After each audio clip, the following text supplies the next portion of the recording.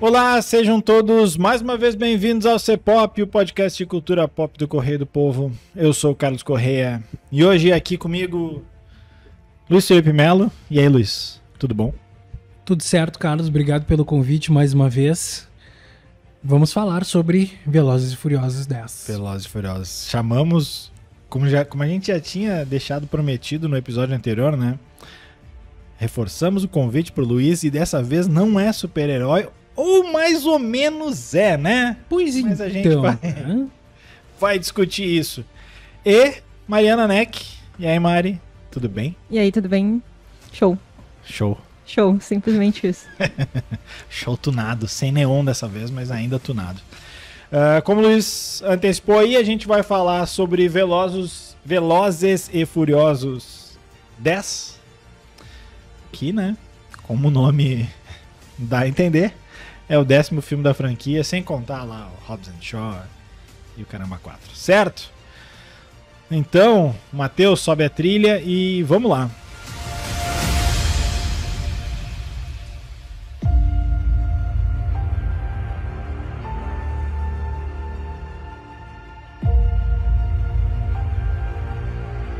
Bom, Velozes e Furiosos 10 chega aos cinemas, está chegando agora nessa quinta-feira. É um filme que já estava prometido há muito tempo. Lá em 2014, os produtores já haviam avisado que depois do 7, né, que é aquele... Acho que é um dos mais famosos de todos, né? Infelizmente por causa da morte do Paul Walker. Mas ali já foi dito que o filme a série teria mais 3 filmes e provavelmente acabaria no 10º. Só que, né, é uma franquia que até hoje já rendeu 6 bilhões de dólares. E aí dá uma coceirinha por fazer um pouco a mais. Então esse 10º, na verdade, não é o último.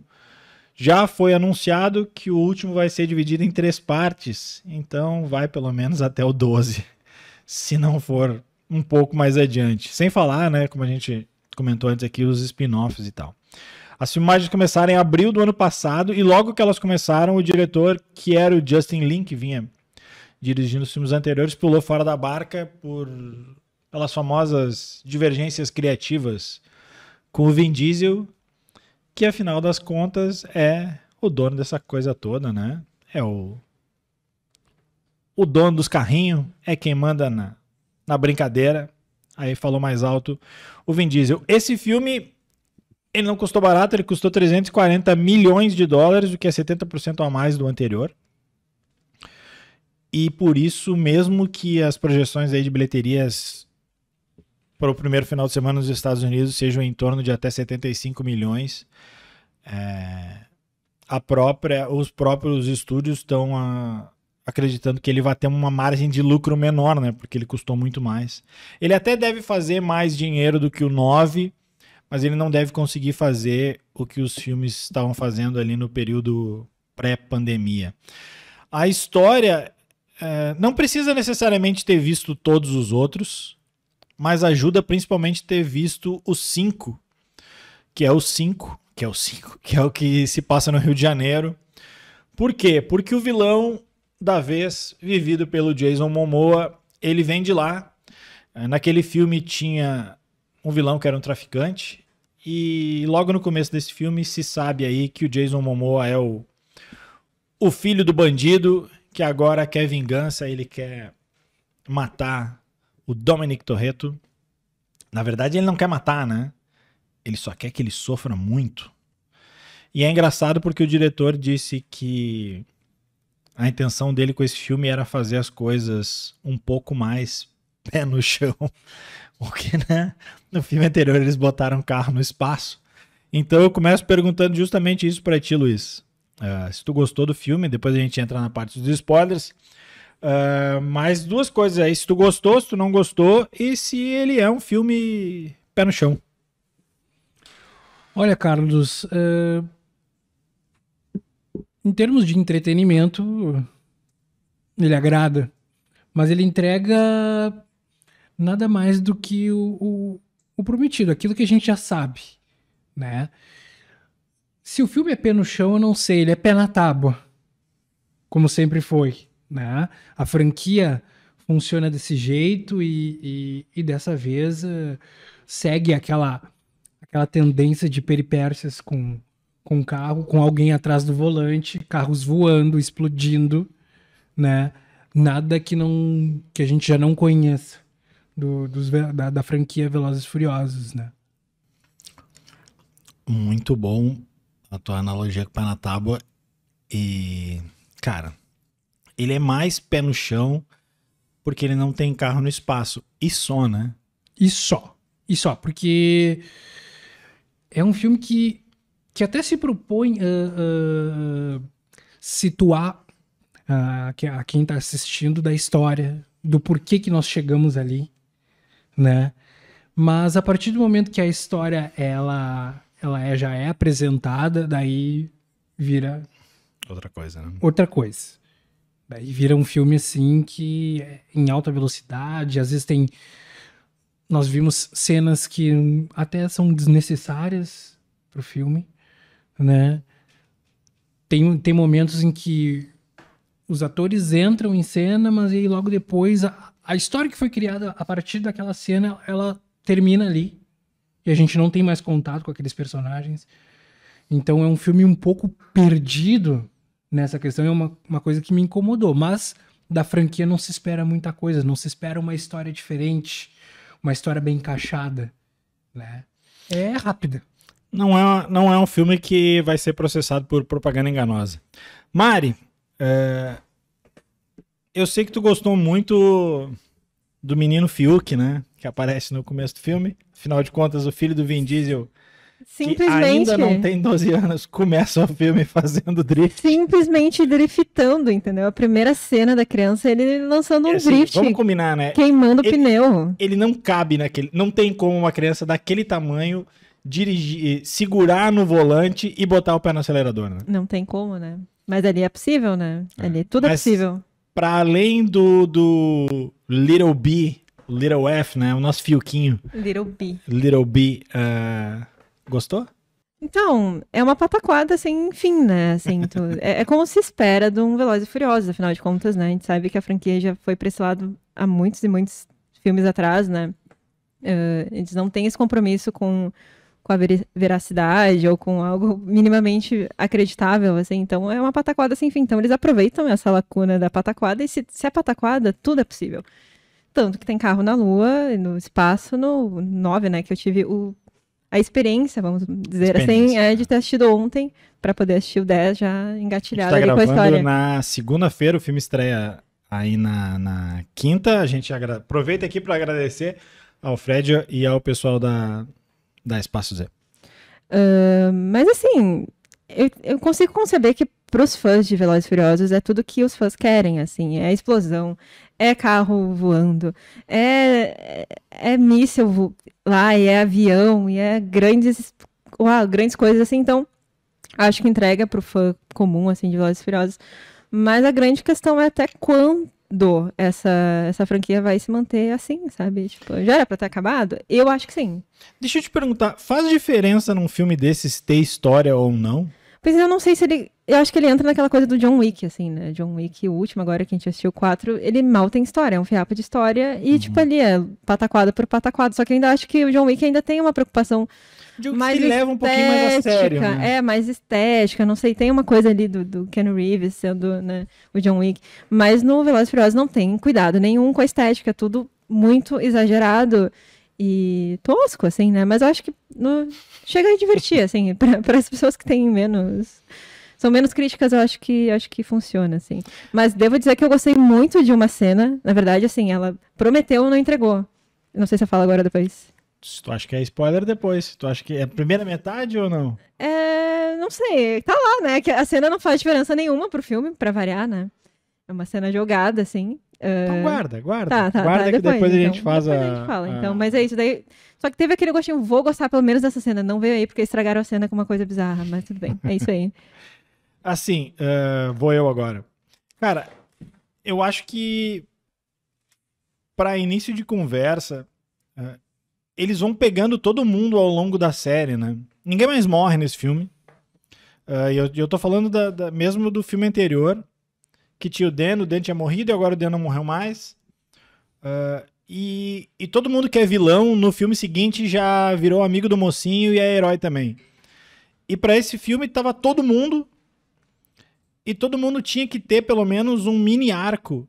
E aí tem um monte de história paralela acontecendo, só que elas não dizem muito pra história principal. Vou fazer uma analogia com videogame aqui. Tanto a Mari quanto o Luiz também jogam, vão poder me corrigir se eu estiver errado. Tem jogos de videogame que são jogos de campanha, né? Tem uma história principal e tem várias histórias secundárias. Tu pode ir só pela história principal, ou fazer as missões secundárias. A impressão que eu tenho é que esse Velozes e Furiosos tá cheio de missões secundárias que, se tu não fizer elas, o filme dura meia hora, cara. Porque não tem, as missões não importam. Elas não estão ligadas à história principal. Elas estão muito pouco ligadas, assim. Então, o fiapo do roteiro é aquilo ali, sabe? Se a gente for pegar a história principal, que é a vingança, que no final das contas o cara não quer fazer o Vin Diesel morrer, ele quer fazer sofrer, mas aí depois ele quer que o cara morra mesmo. Então, tipo, dá tudo na mesma. Eu queria muito estar nessa sala de roteiro, cara. Eu tinha muita curiosidade pra ver como é que eles definem um filme desses. Do tipo assim, olha, eu tenho uma ideia muito boa aqui, de uma cena que em termos de ação ela pode render. Aí alguém deve dizer assim, cara, mas essa cena não tem nada a ver com a história. Não faz mal, cara. Ela é boa, vamos botar aí. E acho que é meio assim que funciona, sabe? E junta isso com... Como é que eu vou falar isso sem ser... não vou pensar muito pra falar. Tu junta isso com um elenco que, salvo raras exceções, expressões não são o forte ali, né? Tu não espera que uma grande atuação do Vin Diesel, né? Tu não vai esperar uma grande atuação do Ludacris, do John Cena, né? São astros de filme de ação. Tu poderia esperar uma grande atuação ali da Helen Mirren. Não sei quanto é que a Helen Mirren ganhou pra estar nesse projeto. Eu mesmo da Charlize Theron. Então, assim, tu pega um roteiro muito ruim, bota atores bem ruins. O Jason Momoa vira meio que o Coringa do César Romero lá, né? Do Batman da TV dos anos 60. Aí fica isso, sabe? Aí é uma criança de 11 anos fazendo drift. Tem uma briga numa favela que parece a favela do Chaves, de tão mal feita. As pessoas no Brasil falam português de Portugal. E aí vai, não sei, cara. Eu realmente não sei se... Esqueceste de citar uma criança que, além de fazer drift, ela se propõe a sair de um carro em movimento, em alta velocidade. Em altíssima velocidade. Para fazer um conserto de um foguete que não estava saindo Exatamente. do próprio carro. Como tu bem falou quando a gente estava voltando do cinema, se o conselho tutelar bate na família Toretto, cara, não sobra ninguém, né? Não, uma cena, assim, bizarra. Depois quem vai ver no cinema vai nos entender, assim. Porque mesmo quem é fã da franquia, eu acho que, assim, os verdadeiros fãs que acompanharam desde o 1 e se aventuraram aí até o 6, 7, entenderam que a franquia meio que morreu, assim. Ela virou outra coisa, né? Era uma franquia de racha de rua. Isso. Que tinha ali uma pegada policial no começo, mas era uma franquia basicamente de corrida clandestina. E ela virou uma franquia de espionagem internacional. Sim, com gente bombada. Exatamente, flertando com Missão Impossível do Tom Cruise. Exatamente. Me parece também, e aí eu queria ver se vocês concordam ou não, que a morte do Paul Walker meio que deu um gás na franquia também. Eu não sei se o Paul Walker tivesse aí, se a coisa ia estar... Bom, eu acho que a curva no 6 ela já não era tão ascendente assim. Aí a morte dele, o 7 mega bombou, o 8 virou aquela coisa de submarino e o caramba 4, o 9 eles botaram literalmente um carro no espaço.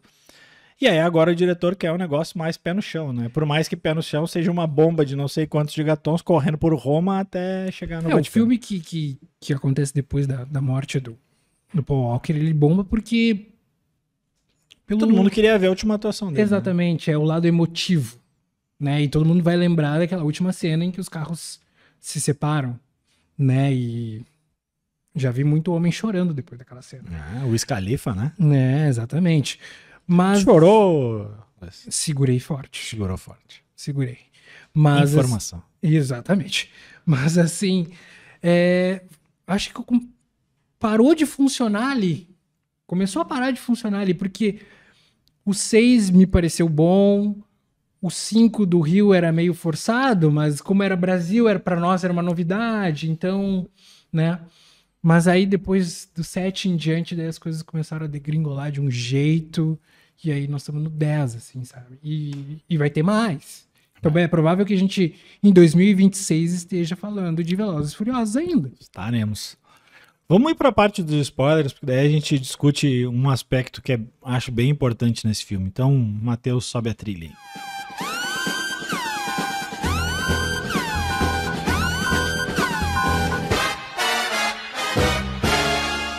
Mas antes, a cena que tanto empolgou e depois decepcionou a Mariana Neck, por favor. Foi a do Rio de Janeiro, porque tinha uma vibe meio assim, corrida clandestina, que a gente tava falando ali dos primeiros, né? Eu não ironicamente gosto muito do 1 e do 2, assim, eu acho que são filmes que entregam ali um conteúdo legal e tal. Interessante pra época, enfim, porque é baseado em jogos, né? A gente tava falando, voltando pra cá, né? Parecia uma coisa meio Need for Speed, de jogo de videogame, né? E daí tem uma corrida no Rio de Janeiro, eu pensei, putz, agora vai ter pelo menos uma corrida de verdade, onde carros vão competir com carros de forma justa. Participação de... Ludmilla. Ludmilla está lá. Ela não sei se tem um nome pra aquele tipo de... Flag Girl, uma coisa assim. Tudo bem, então ela dá a bandeirada, assim, pra ela começar. Dá a bandeirada. Fala em português, né? Mas essa fala E português ela diz, brasileiro. O que ela diz? Bah, não lembro. Isso é o Rio de Janeiro. É verdade. E aí, começa lá uma corrida, eu pensei, pelo menos uma corrida. Não, tem bomba envolvida. E é racha de... Tem um termo, eu não domino tanto o automobilismo, mas é um racha de retão, né? De reto, é quem acelera mais. É arrancada, né? Drag race, não é pelas ruas do Rio. Que não é o RuPaul Drag Race. Não é o Drag Race do RuPaul. E daí, enfim, comecei achando que ia ter uma corrida de verdade, não teve. Teve bomba, explosão e morte, ou não, né? Quer dizer, não teve morte, né? Sempre assim. Daí eu fiquei decepcionada, assim, porque eu achei que ia ter aquele gostinho dos primeiros filmes, não teve aí. Teve Ludmilla, mas não teve música de Ludmilla. Não teve, mas eu acho que deve ter na trilha sonora oficial, acho, mas não peguei, né? Teve várias participações curiosas, né? Tem o pianinho da música do Scalifa, né? Lá tem. Pra dar um tonzinho ali na hora que o Toretto tá vendo ali umas fotos do Paul Walker. Aparece o Paul Walker no começo do filme, né? Porque são as cenas dos 5. Imagino, né, que sejam cenas não usadas ou alguma coisa, né? Não é CGI. Print do filme. Não é CGI.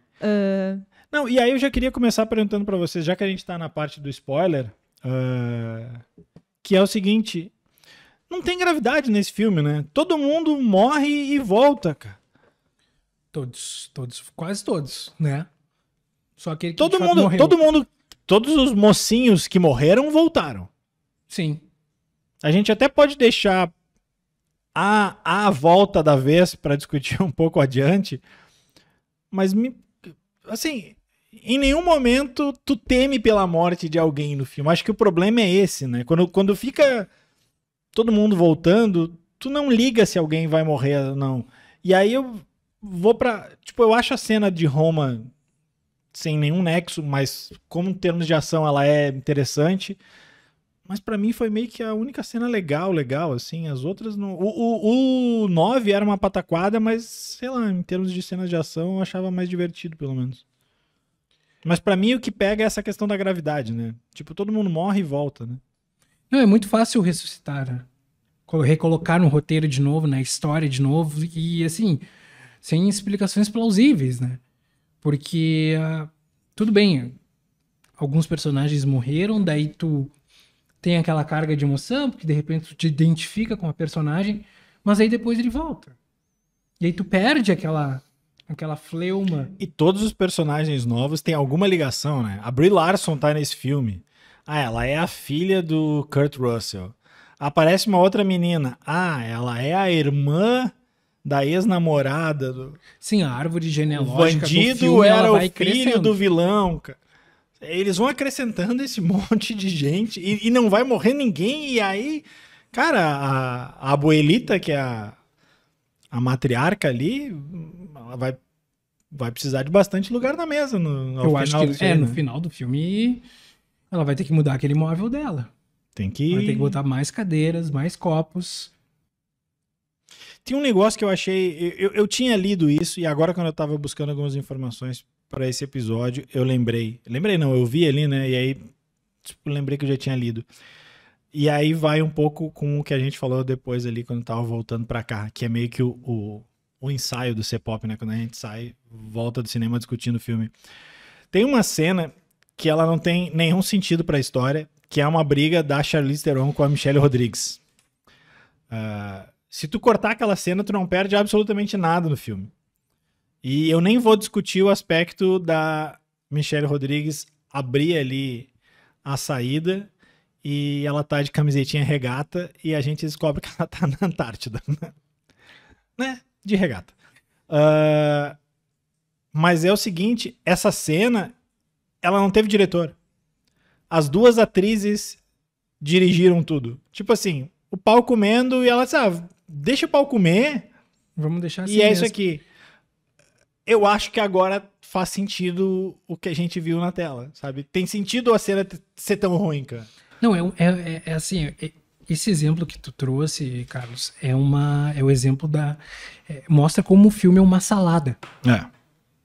E mesmo para quem acompanha a franquia, tá aqui uma pessoa que até certo ponto foi um fã da franquia e gostava dos filmes e até defendia até certo ponto, às vezes tu não consegue entender muita coisa. Porque a maneira como os personagens são jogados, são trazidos à vida, e aí daqui a pouco são apresentados, e como eles não têm fim dentro do próprio filme, porque eles não têm finalidade. A própria Helen Mirren não... Ela aparece... Tá ali, né? Mas depois sai. Cumpriu o contrato. Cumpriu o contrato, né? Acho que de repente fez um dia de gravação e foi embora pra casa.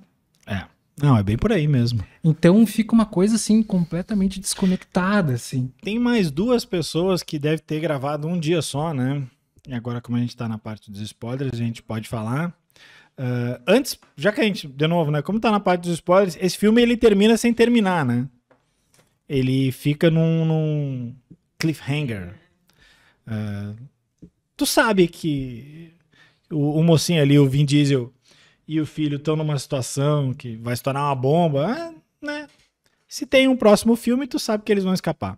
Mas enfim, não morre o vilão dessa vez, fica tudo pro próximo.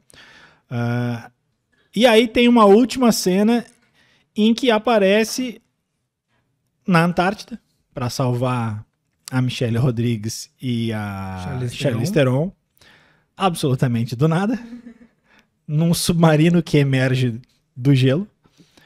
Gal Gadot, que tinha morrido em qual, Luiz? Tinha morrido no final do 6. Né? Então, ou seja, ela saiu, ela entrou numa turbina de um avião em chamas pra sair direto no submarino. Da Antártida. Haja, como é que é? Buraco de minhoca, né? Ela entrou num buraco de minhoca aí e saiu numa outra...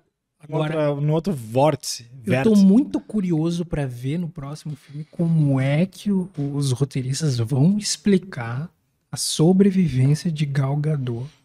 Tu acha realmente que eles estão preocupados em como é que eles vão explicar alguma coisa? A essa altura do campeonato não estão. E aí, pra completar, no ano passado tinham dito que o rapaz grande chamado The Rock não voltaria, né? Porque, enfim, tinha dado uns arranca-rabo aí com o Vin Diesel. Não é uma briga boa de apartar essa, né? Não, sem apartar uma briga do Vin Diesel com o The Rock não deve ser coisa fácil. E ele tinha dito que não voltava mais pra franquia, ia ficar nos spin-offs e tal, mas tem uma cena pós-crédito aí que dá a entender que ele vai brigar com o vilão. Só que a gente não sabe também se é no 11 ou se pode ser mais um spin-off, né? Pois é, a gente não tem condições de saber com certeza. Isso me surpreendeu no filme, a volta do Hobbs. Isso me surpreendeu, porque se tinha essa informação de que não voltaria mais. Tu confia no The Rock, né? poxa, o The Rock passa Quem credibilidade. é que vai dizer não pro The Não, Rock, né? passa credibilidade. Em termos de ação, é com ele. Agora, eu esperava até o retorno da Eva Mendes, que pra quem acompanha a franquia vai se lembrar que a Eva Mendes aparece no segundo Velozes e Furiosos. Saudades Eva Mendes. Né? Então, mas pelo visto não será dessa vez. Cara, se voltar o Paul Walker no CGI, Não duvide. eu já não estranho mais.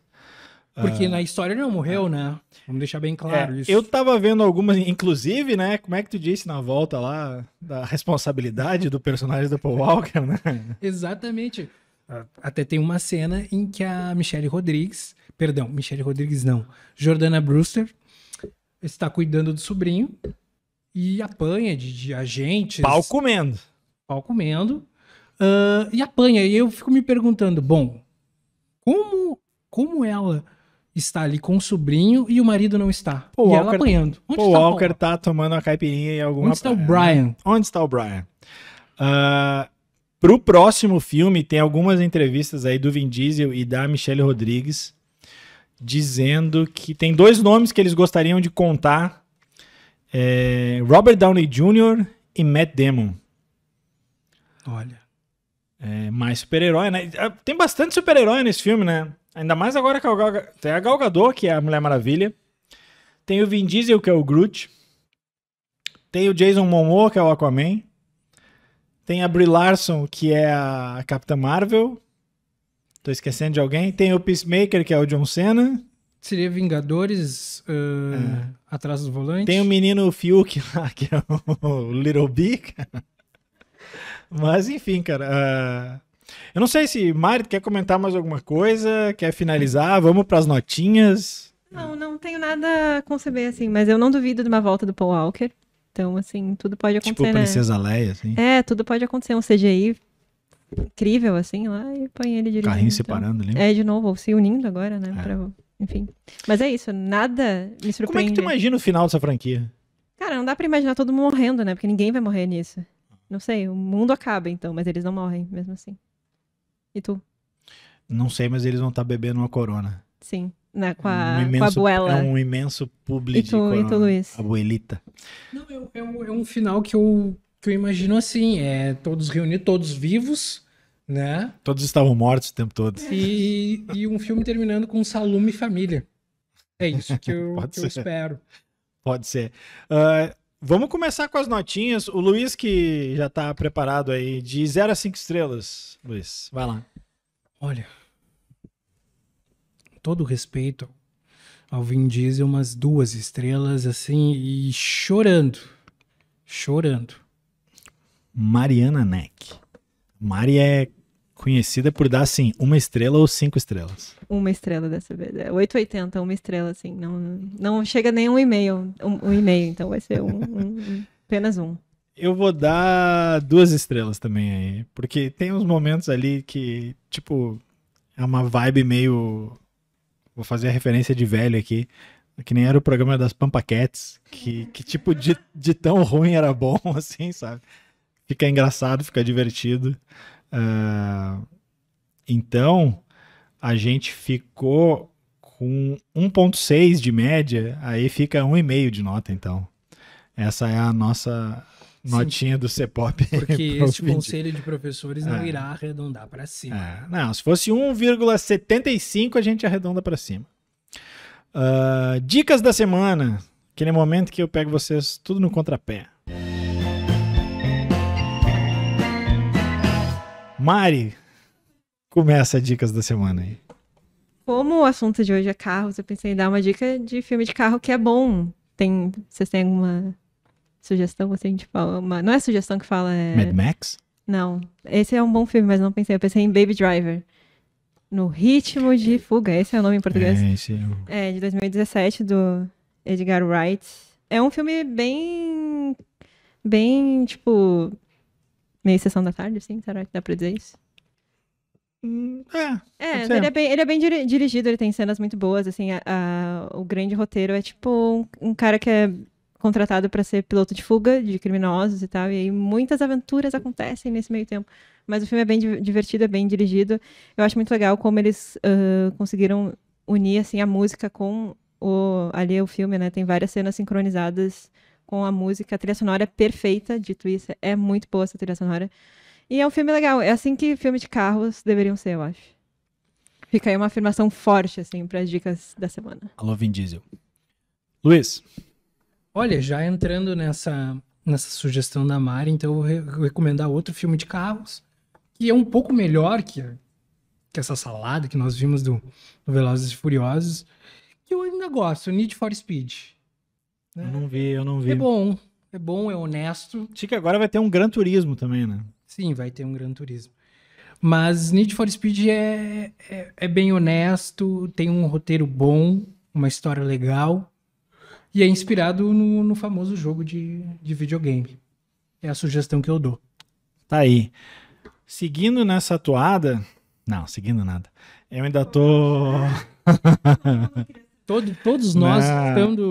se é pra ver um filme de carro, pode ser o Mad Max, a Estrada da Fúria, que é talvez um dos melhores, ou pelo menos um dos 10 melhores filmes aí dos últimos anos. Não, mas eu ainda tô... Vai.